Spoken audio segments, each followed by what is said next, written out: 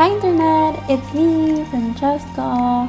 As you guys know, whenever I have a problem, I fix it. I did this with my hair, I did this with my skin, and now there's only one thing left: my weight. Not that this is the first attempt. Honestly, I feel like I've been dieting my whole entire life.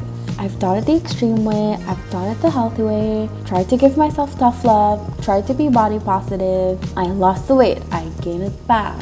I thought I was fat, and then I found out I could be bigger. I was always looking at my old pictures, longing, regretful that I couldn't see how beautiful I already was in the present moment. So let's do this together. Welcome to Kind and Forgiving Weight Loss with Francesca.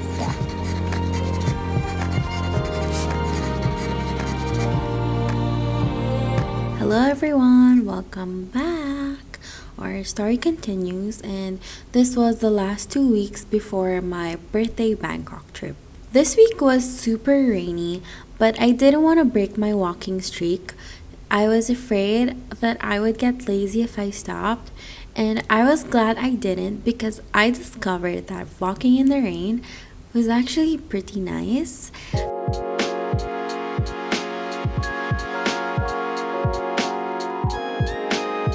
There was a yogurt shop on my route, so I hung out there for a while.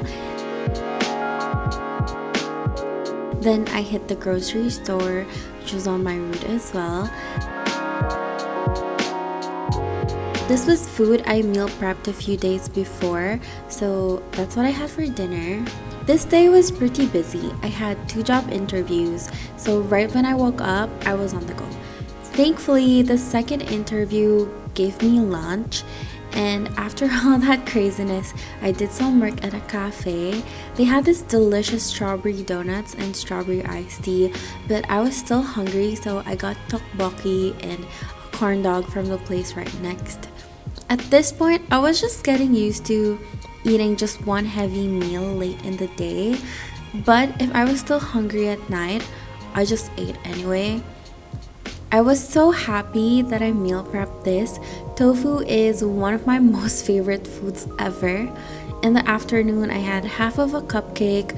One of the things I learned was that it's okay to leave food for later if I didn't want to eat anymore.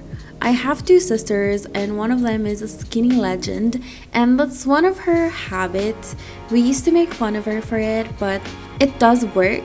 Like, if you see a half-drunk milk tea that's been sitting there for like a day or 2, that's probably hers. Anyway, that's all I had because that night it was my sister's birthday dinner and we were eating good. I didn't get to film much of my walks that week, but my average step count was 4,111. It was now officially 1 week before my birthday Bangkok trip. One of the things that really helped motivate me, especially in the beginning, was having treats to look forward to. I used to live in an area with lots of restaurants, bars, and shops, so I would trick myself into thinking that I was taking a walk to get, I don't know, like a donut or like a drink or like a shake, whatever it is. It's just so much more enjoyable than simply taking a walk, honestly. Some might say that's counterproductive, but I think, like, the way I thought was, it was better to move and have the donut than just simply have the donut, because I would probably go and have that donut or drink or whatever it was anyway. That week, I was really feeling like having salads and wraps. So that's what I had for dinner. For dessert, I had leftover ice cream from the other day and soda from my sister's birthday. This was a cheat day. We went to a cafe. I had a lemon bar, matcha, and a cheesy wrap. This was my new favorite milk tea, by the way. It was right next to the cafe. And for dinner, we had ramen and chicken. I was very, very happy this day because I ate a lot of delicious food. When I'm not having a wrap or a salad, I made sandwiches. So I had that for lunch, and for dinner I had chicken. Here I had a salad for lunch and a wrap for dinner. Here I had a sandwich for lunch and matcha for dinner. I didn't report to the office for a couple of days because my laptop was broken, but this day I got a new laptop, so my two routines kind of merged together.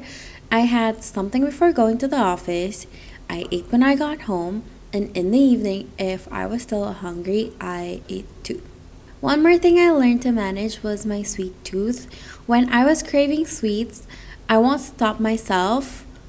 I'll go have it, but I will count it as a meal. Like here, I had chocolate bars for dinner. My average step count for this week was 4,865.